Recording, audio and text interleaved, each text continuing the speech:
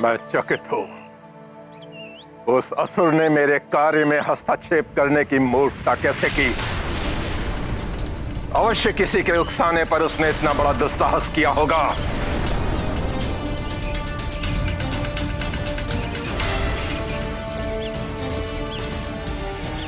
उसके कृत्य के लिए तो तुमने उसे दंडित कर दिया हनुमान, किंतु उसके सहयोगियों को भी दंड अवश्य मिलना चाहिए। क्या तुम्हें ज्ञात है हनुमान, इस षड्यंत्र में और कौन भागीदार था? मैंने लंकेश, रावण और महाराज वाली को वचन दिया है। मैं असत्य नहीं कह सकता, परंतु यदि सत्य कहा तो रावण के साथ वाली भैया भी ऋषि दुर्वासा के कोप का ग्रास बनेंगे। अब क्या करे हनुमान? ऋषिवर को उनके प्रश्न का क्या उत्तर दे? हनुमान, ये कार्य किसी एक व्यक्ति का नहीं। बताओ, इस कृत्य में उस दुष्ट असुर युपाक्ष के साथ और कौन कौन सम्मिलित था?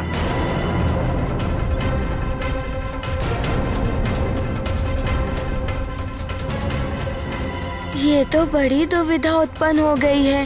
वाली भैया भले ही इस कृत्य में सम्मिलित थे, किंतु मैं वाली भैया को संकट में नहीं डाल सकता। सदैव स्पष्ट बोलने वाला हनुमान आज इतने असमंजस में क्यों पड़ गया? यदि हनुमान को कुछ ज्ञात है तो बता देना चाहिए। ऋषि दुर्वासा हनुमान की इस बात पर भी क्रोधित हो सकते हैं। मेरे लाल को इस संकट से बचाना प्रभु। तुम्हारा ये मौन भी कुछ कह रहा है हनुमान।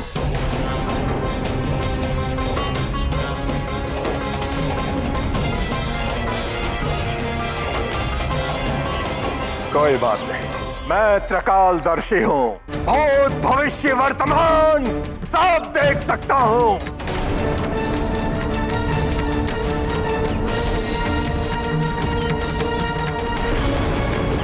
मैं अपने अंतर्चक्षुओं से अभी ज्ञात कर लूंगा कि इस दुष्कृत्य में कौन कौन सम्मिलित था।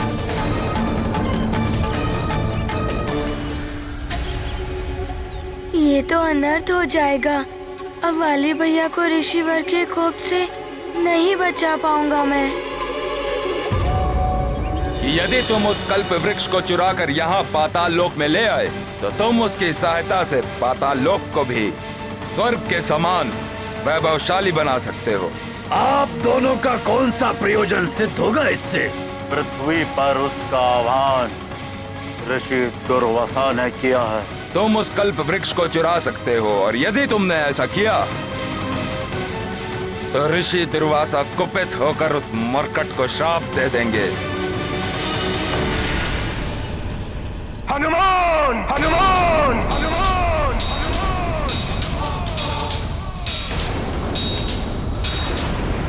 क्यों नहीं बताया तुमने कि ये दुष्कृत्य रावण और वाली ने कराया है? क्यों बचाना चाहते थे तुम उन दुष्टों को? क्या तुम्हें ज्ञात नहीं कि अपराध करने वाले को बचाने वाला भी अपराधी माना जाता है? क्षमा करें ऋषिवर, अपराध करने वाला यदि कोई अपना हो तो। अपना मानते हो तुम उन दुष्टों को? उनके कारण तुम्हें मेरा शाप मिल सकता था हनुमान।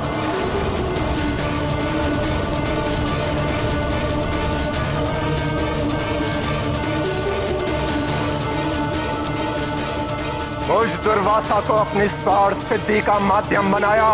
दंड भोगेगा वो वाली और भोगेगा वो दशानन।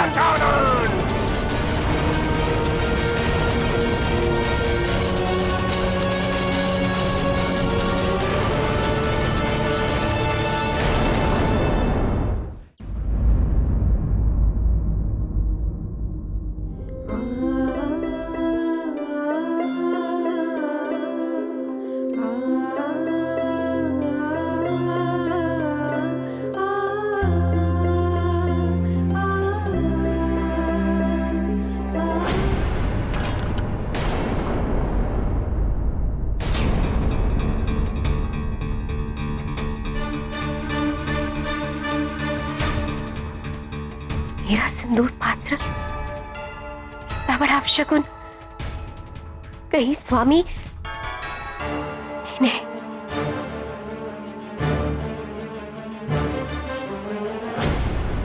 हे महादेव, हे प्रभु, मुझ मंदोदरी की गुहार सुन। एक स्त्री का यूं सौभाग्य सिंदूर गिर जाना इस बात का संकेत है कि उसके स्वामी पर अवश्य कोई संकट आने वाला है।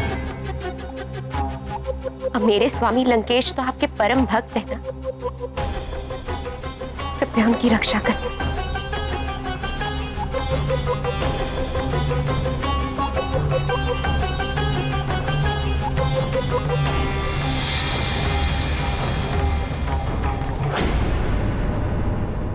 ऋषि विशर्वा, स्वामी के पिताश्री।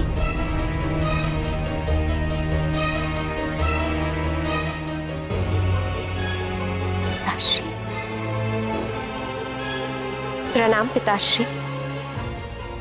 सौभाग्यवती भव। आप अचानक यहाँ? पुत्री मंदोदरी, तुम्हारी शंका निराधार नहीं है। रावण पर वास्तव में बड़ा संकट आने वाला है।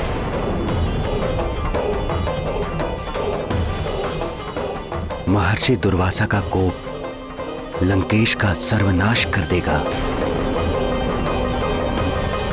ये आप क्या कह रहे हैं पिताश्री?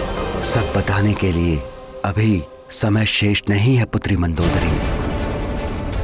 दुर्वासा ऋषि को मात्र तुम ही रोक सकती हो। शीघ्र उन्हें रोको, अन्यथा अनर्थ हो जाएगा। रावण का जीवन संकट में है। धूर्त वाली, अब भोगोगे तुम अपने दुष्कृत्य का फल।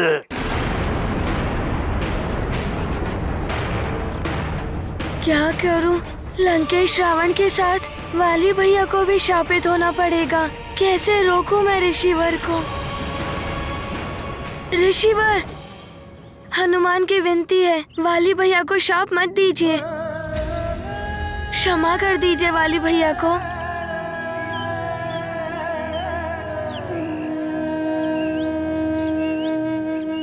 धूर्त है वाले, क्षमा योग्य नहीं है वो। दुष्टों को क्षमा करना उनकी दुष्टता को बढ़ावा देना होता है।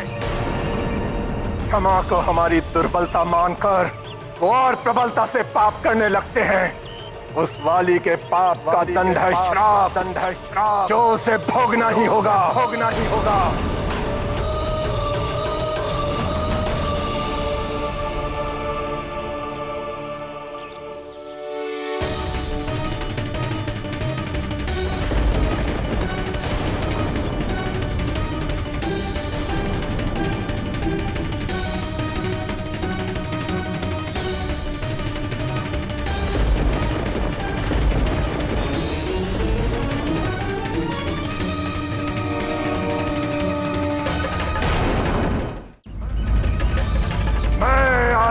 दुर्वासा श्राप देता हूं।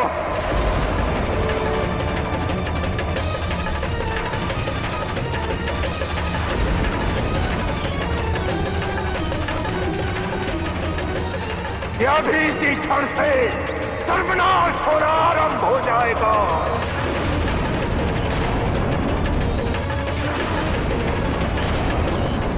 उस दुष्ट ऋषिवर, रुक जाइए।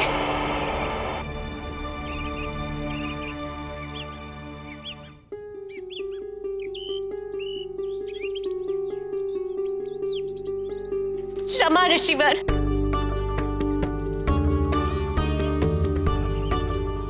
क्षमा ऋषिवर, क्षमा। मैं लंकेश रावण की पत्नी मंदोदरी, दया कीजिए ऋषिवर।